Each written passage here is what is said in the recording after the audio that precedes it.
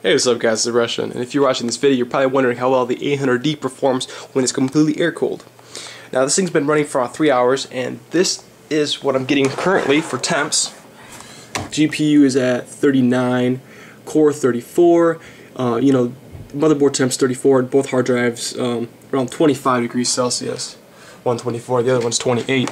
Now when I bought this case, before I did a little bit of research, and everywhere I looked, I wanted to know how well this thing performed air cooling, because I'm not going to get my my water cooling setup just yet, because it is kind of expensive, so I wanted to wait a little bit. And so what I did was I decided to air cool it for a couple of months so I could save up and then buy my water cooling setup, because those are not very cheap. They're around $300.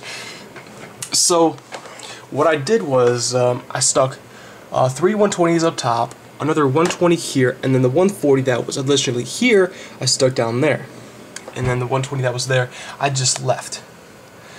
Now the fantastic thing about this case when it comes stock is it's very, very quiet, because each one of these fans, there's a fan down here under the cover here which cools your hard drives, comes with a rubber padding, which and the fantastic thing is it's dead quiet.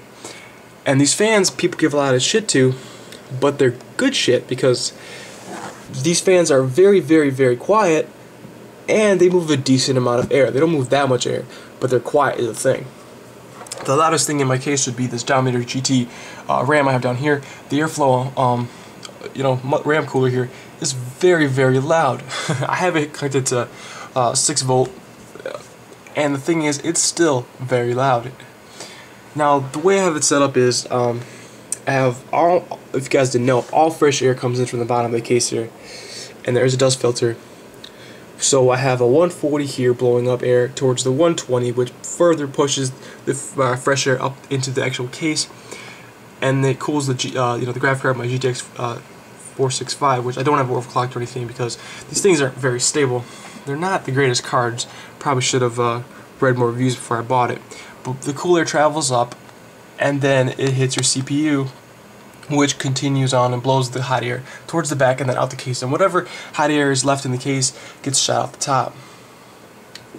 Now what I'm going to do is I'm going to set up the H70 in this case, and I'm going to stick the radiator right here in a push-pull configuration, blowing in air this way from the back of the case into the case, and then hot air just getting shot at the top. Now the reason I make this video is I was very surprised on how well this thing performs when it's completely air cooled, because I read so many reviews and so many people told me that this thing is terrible when it comes to air cooling, and you just you shouldn't even do it. But thing is, I can pretty much keep it air cooling and it will do just fine, because my temps don't even get that high. Prime 95 small FFTs, I don't even get above 50 degrees Celsius, and it's not that loud. Now it's an AMD 965 Black Edition, running at 3.6 gigs. And the V-core is 1.375, which is stock.